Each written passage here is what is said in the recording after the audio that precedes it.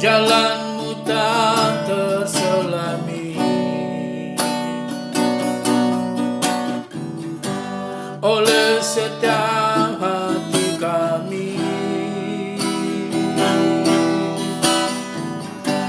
Namun satu hal ku percaya,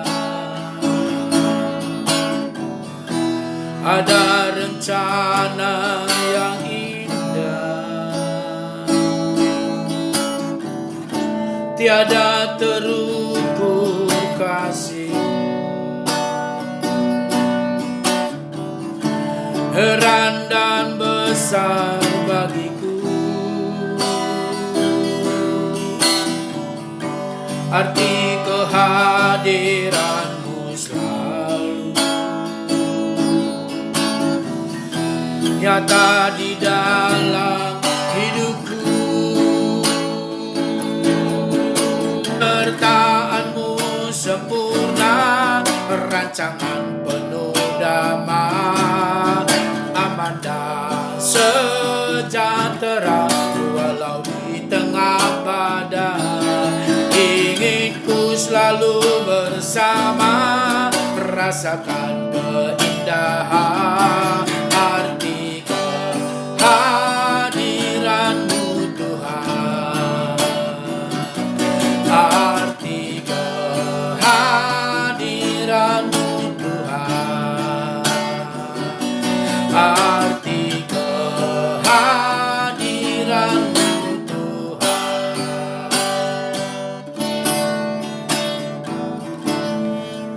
Jalanmu tak terselami ya Tuhan bagi kami, tapi kami percaya setiap kami orang yang yakin dan yang menggantungkan harapan kami kepada Tuhan, jalanmu yang susah, jalanmu yang sulit itu akhirnya kami boleh mengerti karena Engkau punya rencana yang sangat indah dalam hidup kami, dan kami boleh mengerti arti kehidupan bahwa di balik kesulitan, di balik kesusahan itu kami tahu bahwa ada hidup yang berkemenangan, hidup yang kekal, hidup yang penuh dengan damai, penuh dengan sukacita di dalamnya bersama dengan Tuhan. Sekarang kami siap untuk mendengarkan renungan firman-Mu. Kami siap ya Tuhan, berfirmanlah bagi kami, saya hamba-Mu, pakailah dan urapilah hamba-Mu dengan kuat kuasa-Mu. Di dalam nama Tuhan Yesus Kristus kami sudah berdoa dan bersyukur kepada Tuhan. Haleluya. Amin. Puji nama Tuhan, pada hari ini senang jumpa bersama dengan Bapak Ibu, dan kita akan dengarkan firman Tuhan, dan biarlah hatimu dan hatiku siap untuk bersama-sama menerima kebenaran firman Tuhan. Saya memberikan topiknya adalah lebar atau sempit. Di dalam Matius pasal 7 ayat 13 sampai ayat 14 saya bacakan ayat ini. Masuklah melalui pintu yang sesak itu, karena lebarlah pintu dan luaslah jalan yang menuju kepada kebinasaan, dan banyak orang yang masuk melaluinya. Karena sesaklah pintu dan sempitlah jalan yang menuju kepada kehidupan, dan sedikit orang yang mendapatinya. Saudara, dari pembacaan ini dimulai Yesus berkata, masuklah melalui pintu yang sesak itu. Jadi dia sebetulnya sudah memberikan pilihan. Dia ceritakan bahwa jalan yang benar itu adalah jalan yang sesak. Tetapi dilanjutkan. Setelah dia menjelaskan ada jalan yang sesak itu, itulah yang harus kita pilih. Tapi ada yang lain. Di samping jalan yang sesak itu, ada jalan yang lebar. Itulah dikatakan tadi, karena lebar, diberikan perumpamaan, diberikan gambaran atau kiasan, lebarlah jalan menuju kepada kebinasaan. Jadi siapa yang mau menuju kepada kebinasaan, pasti dia memilih jalan yang lebar. Artinya jalan lebar di sini adalah hidup yang penuh dengan kebebasan. Kebebasan jangan disalahartikan. Artinya kebebasan tidak ada hidup di dalam aturan. Beda dengan kita ini dimerdekakan, dibebaskan dari dosa. Ini tidak. Jalannya, perjalanan hidupnya ya penuh dengan kebebasan. tidak mengikuti aturan-aturan yang sudah ditetapkan. Daud berkata bahwa firman Tuhan itu, peraturan-peraturan Tuhan itu harus diikuti. Tetapi Tuhan Yesus berkata di sini, lebarlah jalan menuju kebinasaan dan banyak orang melaluinya, masuk melaluinya. Kenapa banyak orang masuk melaluinya? Karena bebas hambatan, tidak ada aturan. Dan ajaran Tuhan Yesus ini menjadi suatu pilihan untuk kita boleh pilih. Dan pilihan itu hendaknya kita seperti yang dia mulai tadi, jalan yang sesat. Jalan sesat itu memberikan gambaran adalah penuh dengan aturan. Ada larangan. Ya, penuh dengan liku-liku. Penuh dengan kesusahan di dalamnya. Namanya juga jalan yang sesat. Tapi saudara bisa membandingkan tadi bahwa jalan yang lebar itu banyak orang. Nah, sekarang begitu juga dalam hidup kita. Banyak orang mau memilih jalan, ya, memilih hidup yang bebas. Ya, bebas melakukan apa saja. Mau berbuat seenaknya saja. Berbuat ini, berbuat itu, pokoknya bebas. Mau ngomong ini, mau ngomong itu, bebas. Nah, orang yang seperti ini, dia memilih jalan yang lebar. Tapi jalan yang lebar itu yang dia pilih, ujungnya, akhirnya menuju kepada kebinasaan. Jadi anggapannya itu kalau dia sudah bebas, hidupnya seenaknya saja tanpa aturan, dia pikir itulah yang paling bagus. Padahal Alkitab berkata tidak demikian. Maka di dalam Amsal 14 ayat 12 dikatakan ada orang yang menyangka jalannya itu lurus. Dia sangka jalannya itu lurus, tapi ujungnya maut. Nah, itu yang terjadi sekarang ini.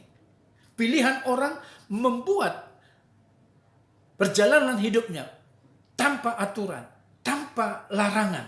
Maka akhirnya nanti hidupnya akan binasa. Kenapa jalan yang lebar itu? Karena jalan yang lebar itu memberikan kebebasan bagi dirinya untuk menempuh jalan tersebut. Jalan lebar itu adalah jalan yang luas tanpa batas. Orang bebas berbuat semaunya, tanpa kendali dan tanpa aturan. Jalan yang lebar itu semua orang pasti suka atau mau untuk menjalaninya. Karena jalan yang bebas itu bebas dari macet dan ingin lebih cepat kepada tujuannya. Tapi kita dapati di sini tadi ada kata kebinasaan. Nah, kebinasaan ini bisa diartikan hancur lebur. Tadi kalau di dalam Amsal, maut, binasa. Dia menerima hukuman yang kekal dari Tuhan. Jadi hidupnya di dunia ini bebas. Hidupnya semaunya. Maka Tuhan akan memberikan hukuman kepada orang-orang yang menempuh jalan yang bebas. Tetapi ada jalan yang ditawarkan oleh Yesus tadi, yaitu jalan yang sesat. Dikatakanlah melalui pintu yang sesat. Ya, masuklah. Kalau kita masuk melalui pintu yang sesat, artinya jalanilah hidupmu. Hiduplah penuh dengan aturan, penuh dengan larangan. Jadi ada yang mengendalikan kita. Tentu di sini mengendalikan bukan seperti kuda dikendalikan, tidak. Tapi ada firman Tuhan yang mengendalikan kita. Hidup kita tidak sembarangan. Ada aturan mainnya. Coba, saudara, kalau di dalam pertandingan olahraga apa saja? Bola, bulu tangkis, voli, semua olahraga. Lari, tinju, Semua ada aturan. Kalau tidak ada aturannya, di mana gawangnya, mana ringnya, yang mana yang boleh dipukul, di mana tendangan pojok, di mana dari sudut mana, itu sudah ditentukan. Ya, semua ada aturannya. Kalau itu dilanggar, kalau itu tidak dipatuhi, waduh, kalau semua sembar laut, gitu ya, sama seperti yang umpamanya dulu. Saya ingat kalau anak-anak main bola di kampung, ya umumnya itu tanpa aturan. Jadi kemana bola, udah dikejar, satu bola dikejar semua. Kalau yang benar-benar main bola, enggak. Satu bola paling dikejar oleh beberapa orang, maka bisa dibagi, ya kan, diatur, bisa ditendang dekat, bisa jauh, ya kan. Tapi coba kalau satu bola itu dikejar semua orang, ya udah mau dikirim kemana? Nggak bisa ditendang jauh karena nggak ada teman. Jadi sangat sulit.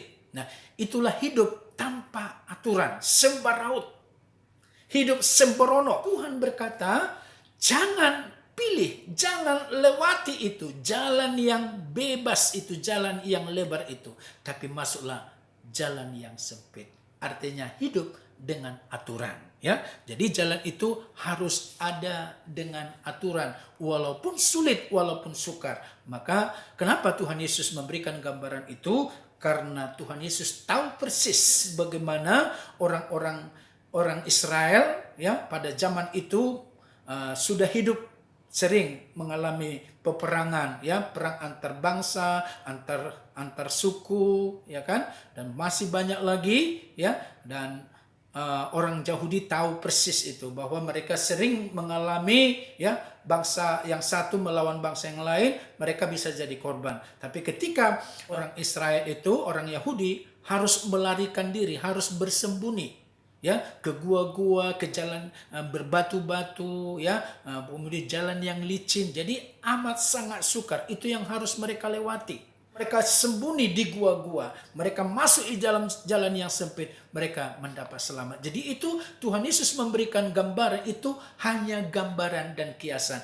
Pilihlah jalan yang sesak itu. Kalau jalan yang sesak itu dikatakan tadi, kamu akan dapat menuju jalan kehidupan, tetapi hanya sedikit yang memilihnya. Ya, dan saudaraku yang kekasih di dalam Tuhan, bahwa memang Tuhan Yesus berkata, banyak orang yang terpanggil, ya, banyak orang yang terpanggil, tapi sedikit yang terpilih. Nah, orang pilihan-pilihan Tuhan, orang yang militan, orang yang betul-betul yang memiliki hati, yang betul-betul mengasihi Tuhan, pasti dia siap, ya. Berapa banyak sekarang, apalagi kita sudah mendengar banyak orang-orang yang percaya sekarang, yang beralih kepercayaan, percaya kepada Yesus, mereka mengalami aniaya, mengalami kesulitan, dan itu sudah tertulis di dalam Alkitab, bahwa itu sudah nyata, ya.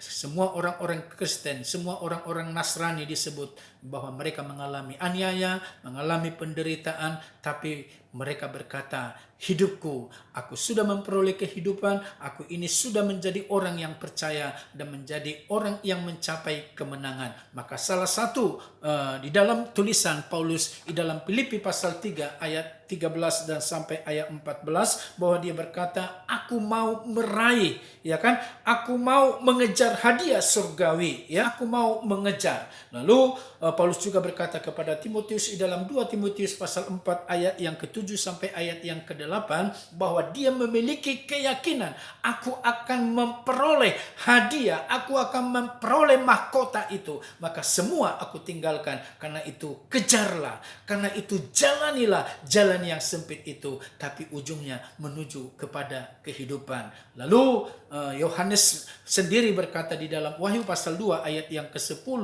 bahwa dia mau mencapai, dia mau mendapat walaupun susah, ada kesusahan yang dialami, dia harus setia sampai mati, dan yang setia sampai mati itulah yang akan memperoleh mahkota kehidupan. Jadi yang mau diraih, yang mau dicapai adalah mahkota kehidupan yang Tuhan sudah siapkan. Bukan hidup yang penuh dengan kebebasan, tapi hidup yang ujungnya menuju kepada kebinasaan. Jadi hendaknya saudaraku, yang kita mau pilih, yang kita mau tentukan jalan hidup kita, harus kita memilihnya. Dan pilihan itu harus kita yang menentukan. Mau pilih yang mana? Jalan yang lebar atau jalan yang sempit? Kalau saudara pilih jalan itu, saudaralah yang akan menentukannya.